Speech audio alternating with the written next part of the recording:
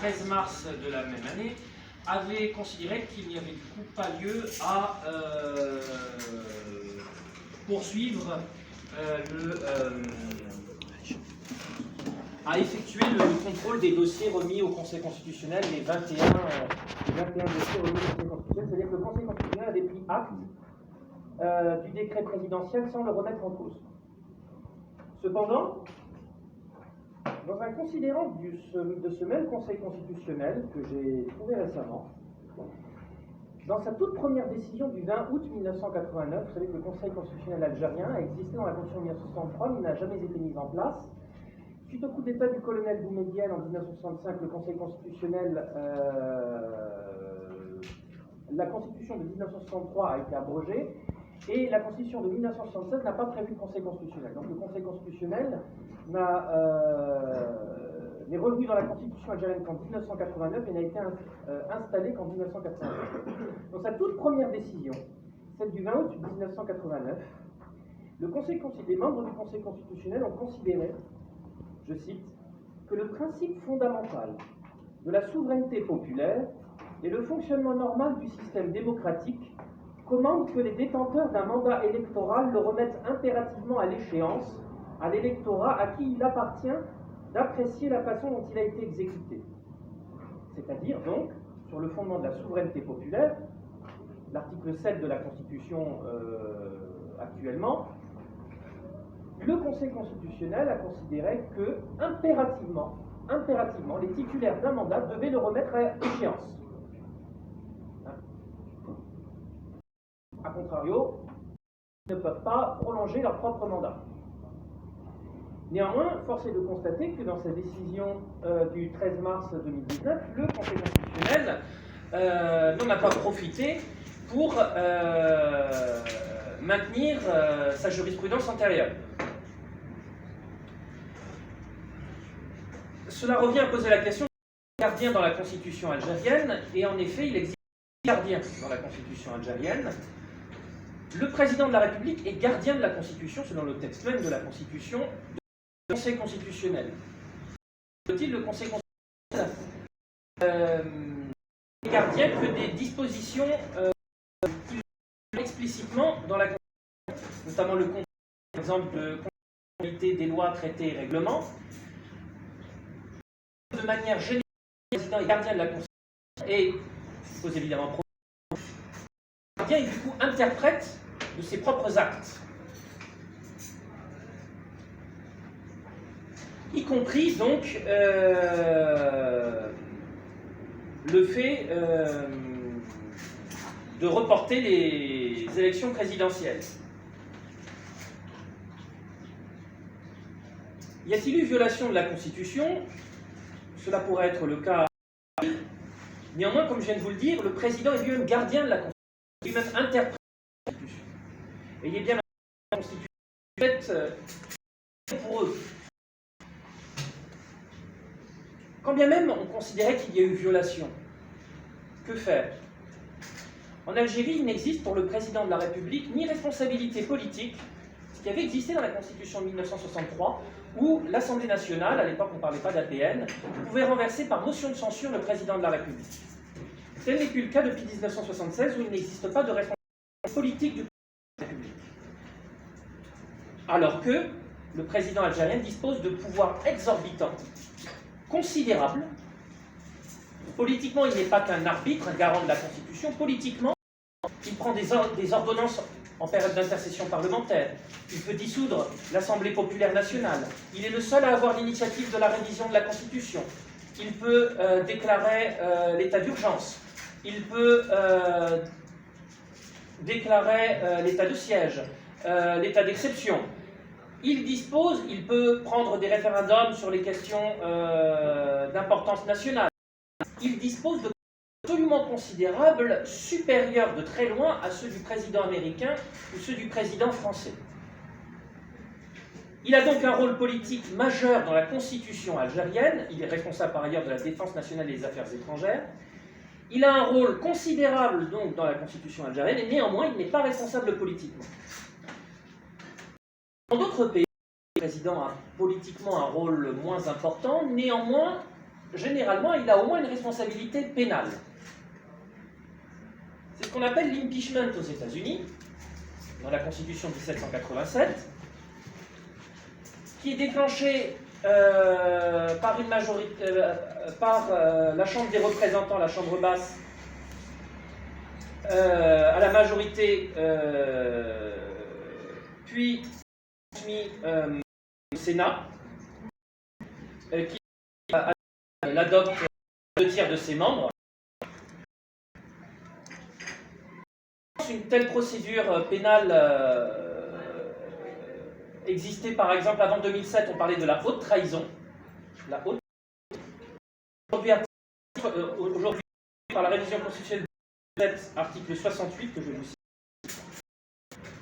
Le président de la République ne peut être destitué qu'en cas de manquement à ses devoirs manifestement incompatibles avec l'exercice de son mandat. La destitution est prononcée par le Parlement constitué en haute cour. Hein, pour manquement à ses devoirs manifestement incompatibles avec l'exercice de son mandat. On pourrait considérer qu'il y a eu manquement en Algérie, qu'il y a eu un manquement manifestement incompatible avec l'exercice du mandat du président de la République dans le fait de reporter les élections présidentielles et de prolonger son propre mandat. Néanmoins, comme je vous l'ai dit, il n'y a pas de procédure pénale. Destituer le président de Tunisie, la révolution en 2011, et qui a élaboré suite à une constitution en 2011 en Tunisie, possible de destituer le président de la République, violation grave de la Constitution, suite à un vote de la Chambre du peuple, qui est ensuite transmis à la Cour constitutionnelle, qui doit acter la destitution, qui doit décider de la destitution aux 2/3 de ses membres. Donc en Algérie, il n'existe ni responsabilité politique du président de la République malgré ses pouvoirs exorbitants, ni responsabilité pénale du président de la République pour violation de la Constitution. Il n'y a strictement rien à faire, en sachant que le président algérien peut violer autant qu'il veut la Constitution, mais il est lui-même gardien de la Constitution. Donc si on suit la logique de la Constitution, en réalité, c'est sa propre interprétation de la Constitution. Il ne s'agit même pas de violation. Ni responsabilité politique, ni responsabilité pénale. Le président de la République en Algérie, et donc tout cela, ça date de la Constitution de 1976 en réalité, hein, celle qui a été taillée pour le colonel Boumedienne, c'est-à-dire une constitution de dictateur. Eh bien, le président algérien est l'équivalent du roi dans la Charte constitutionnelle française de 1814, dans laquelle il était disposé que la personne du roi est inviolable et sacrée.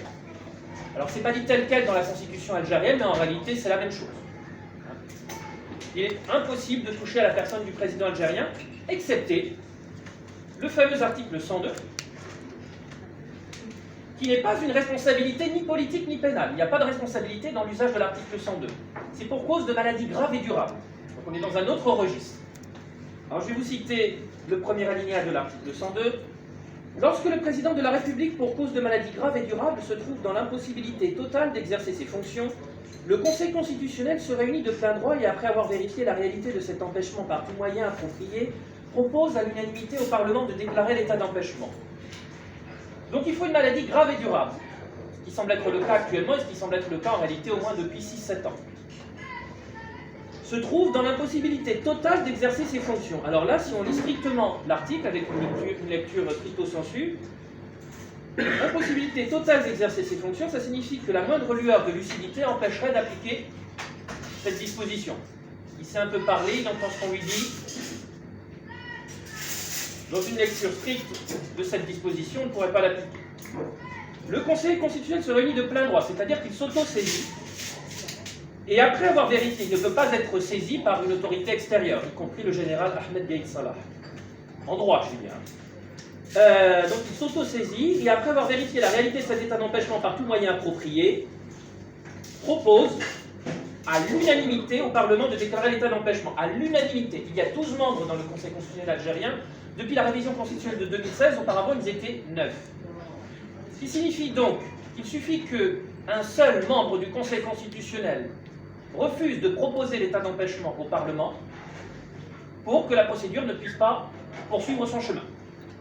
En sachant qu'un tiers des membres du Conseil constitutionnel sont nommés par le président de la République y compris le président et le vice-président du Conseil constitutionnel. Un tiers, par ailleurs, sont nommés par le Parlement algérien, dont vous savez qu'un tiers des membres du Conseil de la Nation, ce que l'on appelle le tiers présidentiel, sont nommés par le président de la République. Ce qui rend donc très difficile la mise en œuvre de cet article 102, excepté évidemment sous la pression du peuple, voire de l'armée. Et actuellement, les informations sont plus ou moins contradictoires, donc ça, ce qui est clair, c'est que le général Ahmed Gaïd Salah a appelé à l'application de l'article 102. On a entendu à un moment que le Conseil constitutionnel avait reconnu à l'unanimité, et puis finalement, là, on a des contre-informations, donc c'est son contraire. Ils ne se seraient même pas réunis. Donc pour l'instant, c'est le général Ahmed Gaïd Salah, qui est quand même une autorité importante, qui a demandé son application. Bon.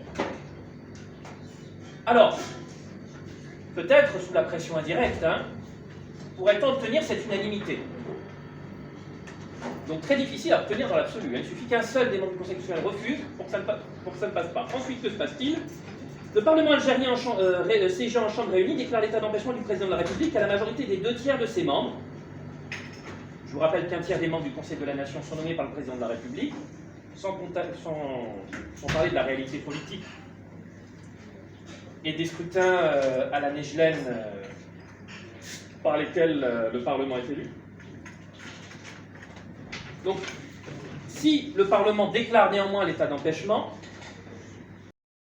il charge de l'intérim le chef de l'État pour une période maximale de 45 jours, le président du Conseil de la Nation qui exerce ses prérogatives à disposition de l'article 100 de la Constitution.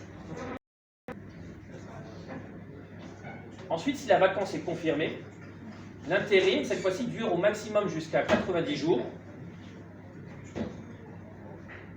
qui doit être l'occasion d'organiser des élections présidentielles. Alors, et à défaut de président du Conseil de la Nation, c'est le président du Conseil constitutionnel qui fait l'intérim. Alors, quelques problématiques qui se posent actuellement autour de toutes ces questions. Alors, une problématique qui a été soulevée plusieurs fois, qui est celle des origines réelles ou supposées marocaines du président du Conseil de la Nation. Alors, il faut savoir que dans la Constitution algérienne, effectivement, depuis 1963, pour être président de la République, pour être candidat à l'élection présidentielle en réalité, il faut être d'origine algérienne. Il ne faut pas avoir acquis la nationalité algérienne à 18, 20, 35 ans ou quelque. Bon. Ce qui est une exception à l'égalité des citoyens devant la loi. Mais une exception valable parce que dans la hiérarchie des normes, elle est au même niveau dans la Constitution. Néanmoins, cette condition, elle est imposée au candidat à la présidence de la République, pas au président par intérim. Donc en fait, c'est nous semble-t-il, une fausse question ici. Par ailleurs, comme je vous ai parlé de hiérarchie des normes, il est arrivé depuis 1989 que, en 1989, dans la même décision dont je vous ai parlé, celle du 20 août 1989, le Conseil constitutionnel avait jugé de la constitutionnalité d'une loi qui avait été adoptée par l'APN. Et dans cette loi, l'APN proposait notamment pour les élus d'avoir la nationalité, pour un certain nombre d'élus, d'avoir la nationalité algérienne d'origine. Et le Conseil constitutionnel a considéré que c'était contraire à l'égalité des citoyens devant la loi, ainsi qu'aux conventions internationales ratifiées par l'Algérie, les pactes de 66 et la charte africaine. Parce que dans la hiérarchie des normes, là il s'agissait d'une loi inférieure à la Constitution, qui devait être conforme à la Constitution et donc à l'article 32, l'actuel article 32, à l'époque je crois 29, sur l'égalité des citoyens devant la loi. Donc ça n'avait pas pu passer. Et ça ne pourrait toujours pas passer à l'heure actuelle, tant que ça n'est pas mis dans la Constitution. Donc dans la Constitution, le seul qui doit avoir une origine algérienne, c'est le président de la République. Le président de la République, d'ailleurs depuis 2016 aussi son épouse, le conjoint du président de la République, qui peut être un homme ou une femme, la présidente de la République, etc. Mais pour le reste, pour les autres élus, il n'y a pas de condition d'être d'origine algérienne. Sans quoi, si ça n'était pas prévu par la Constitution, seulement par la loi, ce serait contraire à l'égalité des citoyens devant la loi. Ça ne pourrait pas passer. Donc déjà, nous mettons de côté cette question-là. Ensuite, nous avons l'article 104 qui nous dit Alors, le gouvernement, en fonction au moment de l'empêchement du décès ou de la démission du président de la République, ne peut être désigné jusqu'à l'entrée en fonction du nouveau président de la République. Pendant la période prévue aux articles 100 ci-dessus, dont l'état d'empêchement, il ne peut être fait application des dispositions prévues aux articles 8 de l'article 91 et aux articles 93, 142, 147, 154, 155, 208, 210 et 211 de la Constitution. C'est-à-dire que durant la période d'intérim, le président par intérim ne peut pas être à l'initiative de la révision de la Constitution. Et il ne peut pas proposer de référendum. C'est-à-dire que si nous en arrivons à appliquer l'article 102, unanimité des membres du Conseil constitutionnel, vote des 2/3 du Parlement, nous irons inéluctablement, suivant cette disposition-là, vers l'application, vers la réunion de prochaines élections présidentielles.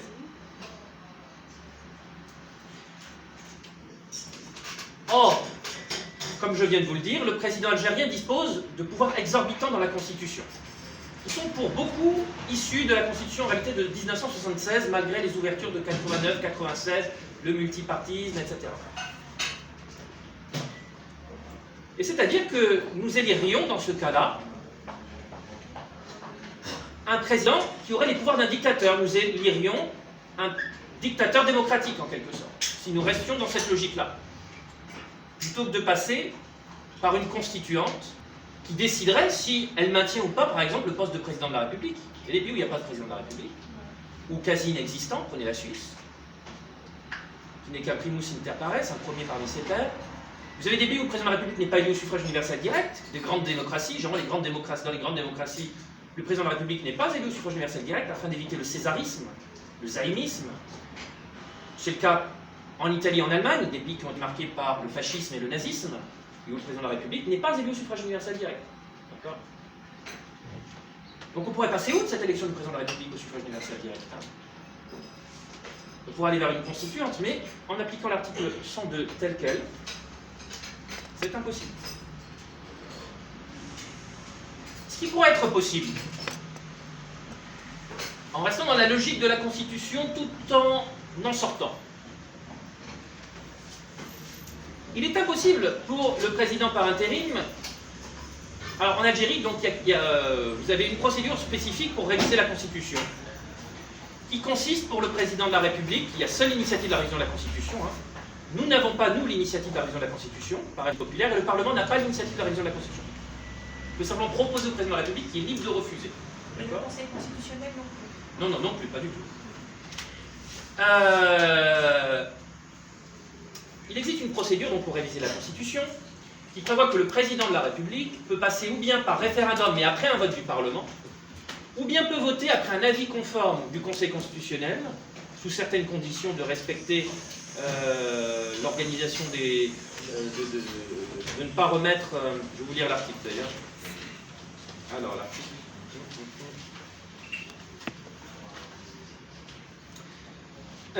donc, lorsque de l'avis motivé, pas conforme, de l'avis motivé du Conseil constitutionnel, un projet de révision constitutionnelle ne porte aucunement atteinte aux principes généraux régissant la société algérienne, aux droits et libertés de l'homme et du citoyen, il n'affecte d'aucune manière les équilibres fondamentaux des pouvoirs et des institutions, le président de la République peut directement promulguer la loi, c'est-à-dire sans passer par référendum, portant révision constitutionnelle, sans la soumettre donc, à un référendum populaire, si elle obtient les 3/4 des voix des membres des deux chambres du Parlement. Donc dans tous les cas, ici, il faut passer par un vote du Parlement.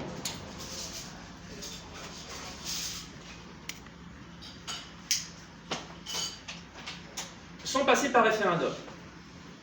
Mais le principe reste le référendum. Par ailleurs, le président de la République peut, nous dit la Constitution, alors je vais retrouver la disposition, hop, voilà.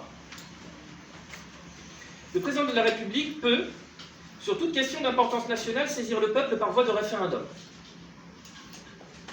Toute question d'importance nationale est une expression qui est à ce point large et floue, relative, subjective, qu'on peut par ailleurs faire passer un référendum de révision de la Constitution par cette disposition-là, sans passer par un vote du Parlement. Imaginons le Parlement qui serait opposé au président de la République, on pourrait directement passer par l'article 91 alinéa 8, alinéa 9, 8, 9, peu importe, ça dépend de la façon dont on lit.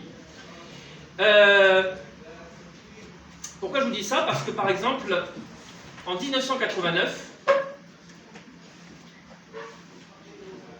à cette époque, sous l'empire de la Constitution de 1976, tel qu'on pouvait lire la Constitution, seul le président de la République avait l'initiative de la révision de la Constitution, il devait passer par un vote du Parlement. Néanmoins, en 1989, il y a une nouvelle Constitution qui a été adoptée sans passer par un vote du Parlement, l'APN, qui est passée directement par le référendum et par la disposition dont je viens de vous parler, d'un pouvoir propre du président de la République. Parce que pourquoi à l'époque? À l'époque, la Constitution de 89 abolissant le parti unique FLN, or l'APN était FLN à l'époque, et abolissant le caractère socialiste du pays, une cinquantaine de dispositions à l'époque, le président, pour contourner l'APN, qui aurait pu renacler à adopter, réviser la Constitution,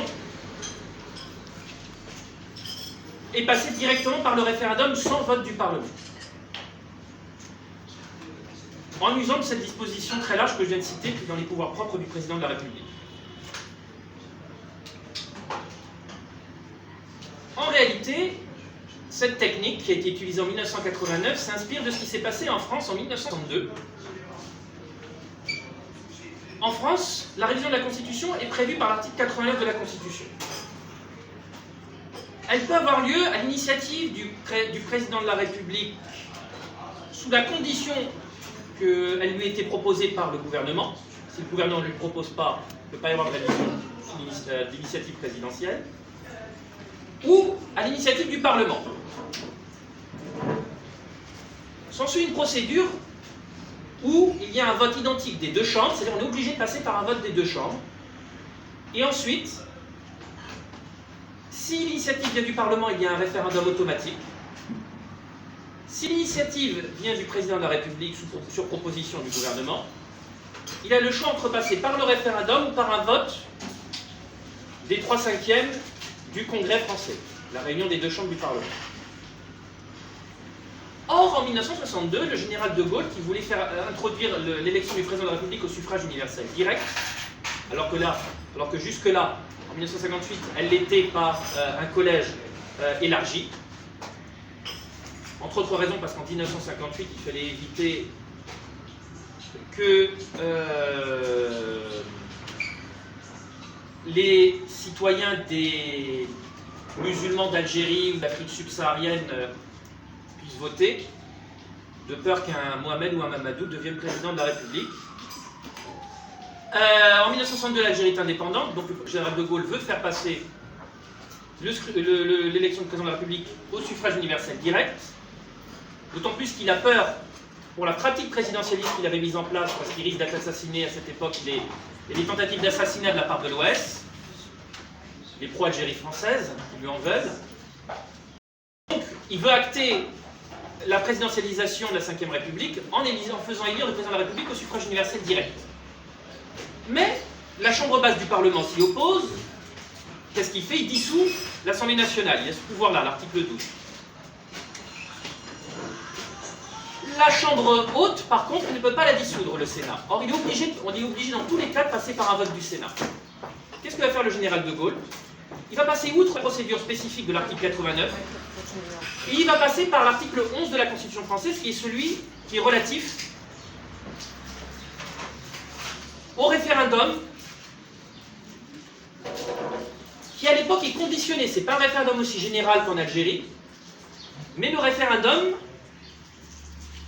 qui est un pouvoir propre du président de la République, mais qui doit être proposé ou bien par le gouvernement ou bien par le Parlement.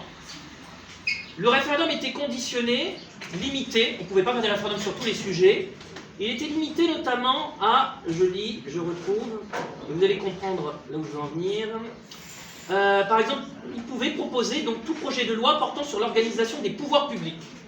Et le général de Gaulle a interprété cette organisation des pouvoirs publics comme étant la modification de la Constitution, alors que tous les juristes de l'époque, le Conseil d'État, etc., le gouvernement même considérait que c'était une procédure inconstitutionnelle. Il y avait une procédure spécifique qui était l'article 89, et le général de Gaulle a néanmoins usé de l'article 11.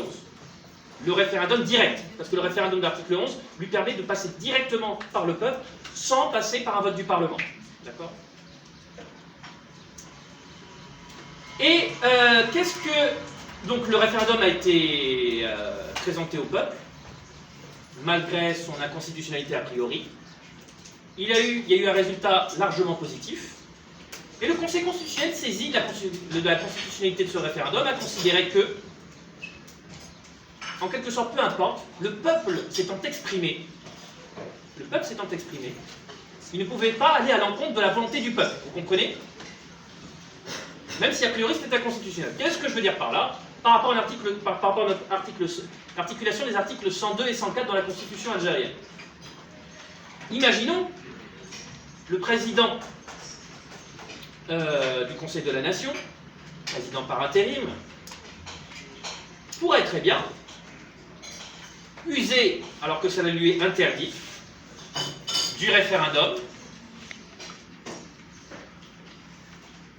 pour réviser la Constitution, qui serait a priori inconstitutionnelle, mais a posteriori, si c'était validé par le peuple constitutionnel, un référendum qui porterait sur l'abrogation de cette Constitution et la réunion d'une assemblée constituante.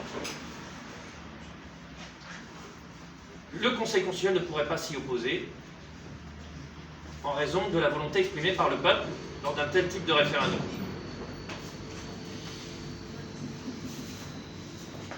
Bon, on est ici dans une simple hypothèse, une simple proposition. Est-ce que l'actuel président du Conseil de la Nation serait capable, voudrait faire cela? En tout cas, sachez que si nous appliquons l'article 102, vers de prochaines présidents, nous allons élire un zaïm qui aura les pouvoirs d'un dictateur. Souvenez-vous de François Mitterrand, qui dans les années 1960 avait écrit le coup d'État permanent contre la Constitution de 1958 du général de Gaulle et la dérive présidentialiste. Néanmoins, lorsqu'il est arrivé au pouvoir sur le fondement de cette même Constitution en 1981, il a acté la dérive présidentialiste de la Constitution. Il était opposé à l'origine, mais une fois qu'il a disposé de cette Constitution, qu'il a été au pouvoir, il a maintenu la dérive présidentialiste des institutions de la Ve République, d'accord ? C'est-à-dire que le candidat, imaginons qu'on aurait de réelles élections démocratiques, libres, etc. Le candidat qui serait élu, peut-être sincère démocrate à l'origine, disposant de pouvoirs considérables à travers la Constitution algérienne, pourrait en profiter pour par exemple, prolonger son mandat au-delà de son échéance, puisqu'il est gardien de la Constitution et qu'il n'y a aucune responsabilité pénale, politique, etc. Bon. Juste aussi quelque chose, depuis 2016, on a introduit, je vais revenir là-dessus dans quelques instants, le contrôle de constitution. On a introduit dans le contrôle par voie d'action la possibilité pour 50 députés et 30 membres du Conseil de la Nation de saisir le Conseil constitutionnel de la constitutionnalité d'un règlement, d'une loi ou d'un traité. Or, à la lecture de la Constitution et à la lecture du règlement intérieur du Conseil constitutionnel de 2016, les articles 9 et 10 du règlement intérieur du Conseil constitutionnel, ce contrôle par voie d'action ne peut avoir lieu désormais qu'à priori. C'est-à-dire que pour un règlement, par exemple, il ne peut avoir lieu qu'à priori de sa promulgation, pas a posteriori. C'est-à-dire que, par exemple, le décret présidentiel du 11 mars 2019, les députés ou les membres du Conseil de la Nation, 50 députés ou 30 membres du Conseil de la Nation, ne pourraient pas saisir le Conseil constitutionnel de la constitutionnalité de ce décret, parce qu'il a déjà été promulgué. Ils ne peuvent pas le saisir a posteriori. D'accord ? Alors maintenant, sur ces éléments d'actualité brûlante, Bon, juste aussi sur l'article 102, on pourrait toujours imaginer, il n'y a pas de responsabilité politique et pénale du président de la République, donc il peut violer la Constitution absolument comme il veut, quand on reste dans la logique de la Constitution. Hein. Mais je me suis imaginé ça à la dernière fois, on pourrait toujours imaginer que des membres du Conseil constitutionnel, dans leur grande lucidité, pourraient toujours considérer qu'un président qui violerait de façon manifeste la Constitution serait atteint de maladies graves et durables, il pourrait appliquer l'article 102. Mais bon, ça c'est simple hypothèse. Alors sur ces éléments d'introduction, qui montrent que cette Constitution faite par eux et pour eux nous fait tourner en rond en réalité. Si on reste dans cette logique constitutionnelle, on aura beaucoup de mal à aller de l'avant. Et selon moi, on n'est pas obligé de rester dans cette logique constitutionnelle. On peut la dépasser. Cette Constitution, d'ailleurs, ayant une légitimité assez limitée. Hein. Ça a été adopté par référendum en 1996, mais qui a voté réellement en 1996, etc. Je passe les détails. Parce que qui est gardien de la Constitution? Dans la Constitution, c'est le président de la République et le Conseil constitutionnel, mais on pourrait considérer, certes, ce serait une vision juste naturaliste, mais on pourrait considérer que c'est le peuple le gardien de la Constitution. Hein?